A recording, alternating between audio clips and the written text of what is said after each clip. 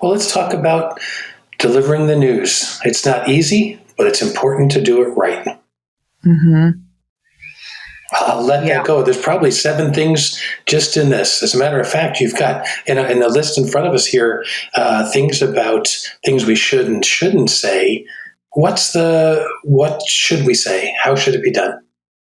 So I'll go backwards a little bit. And when I said it's not our job to soften the blow, what I want to clarify is it's not our job to relieve their suffering and that grief. Grief is meant to be experienced. Like I said, it's a healing process.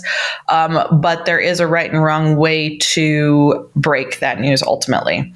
If the person's already dead, and let's say law enforcement coroner, somebody who has to go actually make the notification, you want to be very clear and direct, but understand that the moment, whether this is happening on scene of a patient that's being worked up, or this is happening acutely where the patient is already dead, or the individual is already dead and you're going and notifying the family, understand that the moment that you say that they're dead, they're not going to hear a whole lot afterwards.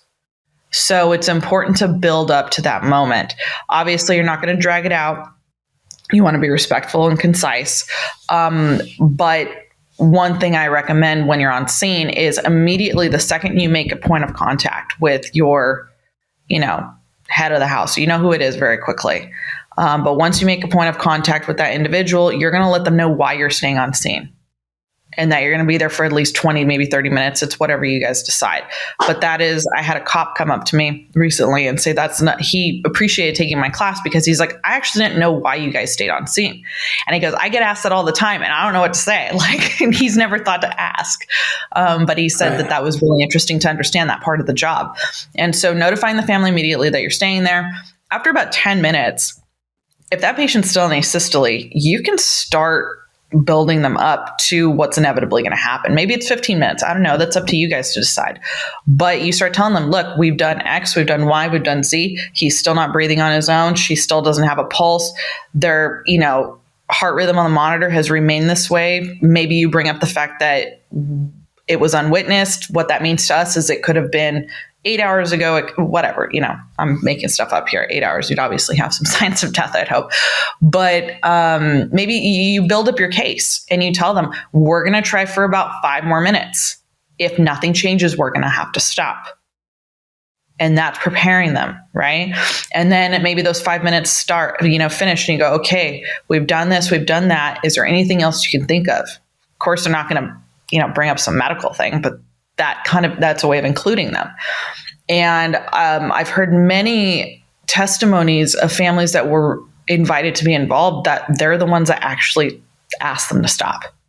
They see everything was done that could have been done, and they're done watching their family member have to go through that. And so they're the ones who actually say, please stop. It's okay. And I think what a sense of control that must be. What a sense of being involved to be able to deal and process that, no more. I understand now there's no more to do. Yeah. And that happened to a good friend of mine when her son died. And the doctor this was back when I had not heard about this happening very often, bringing the family back. And the doctor, she begged, she said, I will be good. I will, I just don't want him to be alone. And they let her back there. And one of the things that was stated is he said, he's had 6 of this medication that we refer to as adrenaline, and we're trying to restart his heart with it. So he's explaining it very as basic as he can. And he says, I've given him so much that I'm worried that I might get a pulse back, but not his brain. I'm worried that he won't have any brain function if I get his pulse back. And she said, okay, 1 more then. And 1 didn't work. And she says, okay, we're done. Wow. That's an incredible experience. So building them up to it, letting them know it's about to happen, then preparing for it. And then,